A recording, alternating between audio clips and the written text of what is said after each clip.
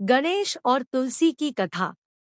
ब्रह्मवर्त पुराण में कहा गया है, तुलसी देवी भगवान गणेश के आकर्षण से चकित थी जब वह गंगा नदी के किनारे से पार कर रही थी जहां भगवान गणेश ध्यान कर रहे थे। तुलसी देवी ने गणेश को उससे शादी करने के लिए कहा, लेकिन गणेश ने जवाब दिया कि वह अपने जीवन में कभी शादी नहीं करेंगे।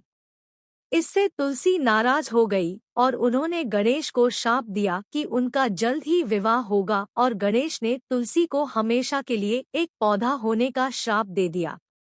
उनके जन्म के पीछे का रहस्य। पुराणों के अनुसार माता पार्वती ने पुण्याक व्रत रखा और संतान की कामना की। ऐसा माना जाता है कि इस व्रत के परिणामस्वरूप भगवान कृष्ण के एक अवतार भगवान गणेश ने जन्म लिया था। एक और कहानी कहती है कि पार्वती ने अपने शरीर की गंदगी से गणेश को बनाया क्योंकि वह चाहती थी कि कोई उनके प्रति वफादार हो, क्योंकि नंदी भगवान शिव के प्रति वफादार थे।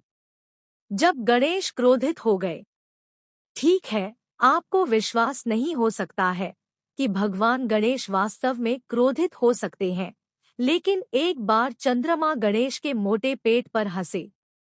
नतीजतन गणेश ने चंद्रमा को श्राप दिया और कहा कि विन्यगर चतुर्थी पर जो कोई भी चंद्रमा को देखेगा उस पर झूठा आरोप लगाया जाएगा।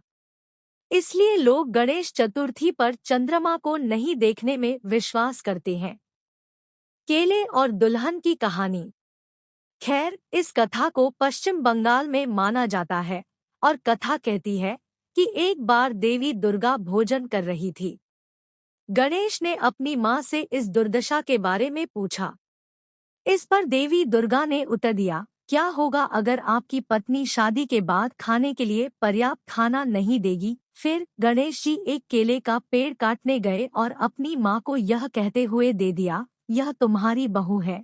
तो आज भी दुर्गा पूजा के दौरान केले के पेड़ को साड़ी में लपेटकर और सिंदूर से सजाकर भगवान गणेश के दाहिने तरफ उनकी पत्नी के रूप में रखा जाता है।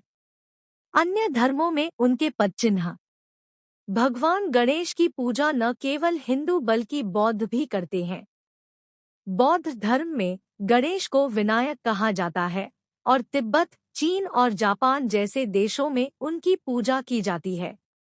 उनके ज्ञान और विचारधाराओं को हर जगह से भक्तों द्वारा सम्मानित किया जाता है।